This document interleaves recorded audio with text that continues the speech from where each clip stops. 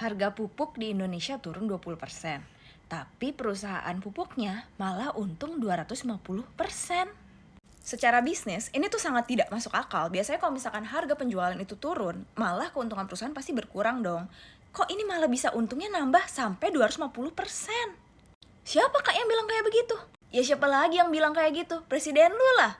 Harga pupuk berhasil kita turunkan 20%. Dan pada saat yang bersamaan, keuntungan PT Pupuk Indonesia, perusahaan negara, BUMN, keuntungannya naik 252,8%. Aduh, ini memang nggak boleh nih Pak Prabowo tuh dikasih mic. Ngomongan yang ngelantur kemana-mana.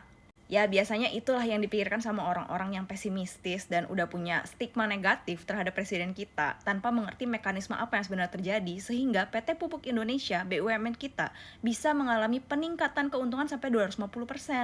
Tapi kan Kak itu kontradiktif sekali. Biasanya kalau misalkan harga jualnya itu turun, pasti kan perusahaan itu bukannya untung, malah rugi. Mending kita nonton omongan Pak Prabowo lagi apa? 145 aturan penyaluran pupuk telah kita hilangkan. Ya kalian tahu lah guys, permasalahan terbesar di Indonesia adalah seringkali perusahaan itu terlalu banyak harus melewati proses birokrasi dan juga verifikasi. Dengan 145 aturan itu sudah dibuang tentang masalah penyaluran pupuk ini, penyaluran bisa lebih cepat dan ditambah. Tetapi pada saat yang bersamaan, harga turun, tapi volume ketersediaan pupuk tambah untuk rakyat kita, saudara-saudara. Dengan ketersediaannya bertambah, volume pupuk yang terserap juga meningkat dan akhirnya Sehingga rakyat kita sekarang mudah mendapatkan pupuk. tentunya juga skema untuk subsidi pupuk ini juga semakin dibenahi. Sehingga hasil akhirnya dari kebijakan yang sangat pro rakyat ini, petani-petani mudah untuk mendapatkan pupuk dan juga mendapatkan lebih murah. Dan di saat yang sama, keuntungan perusahaannya juga bisa jadi lebih sehat.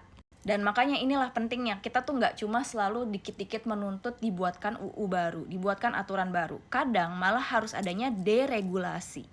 Deregulasi itu bukan berarti negara itu berhenti mengatur, tapi di saat yang sama, negara perlu memangkas aturan yang hanya menambah-nambahkan jalur birokrasi tanpa benar-benar memberikan perlindungan.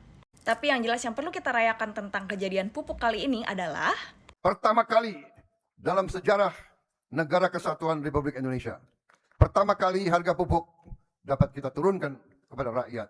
jadi dengan semangat menuju perayaan kemerdekaan Indonesia yang ke-81, aku ingin mengucapkan terima kasih sekali lagi untuk para petani yang selama ini sudah menjadi pahlawan dari pangan kita. Dan semoga ke depannya Indonesia bisa semakin maju dalam bidang pertanian dan petani Indonesia bisa semakin makmur.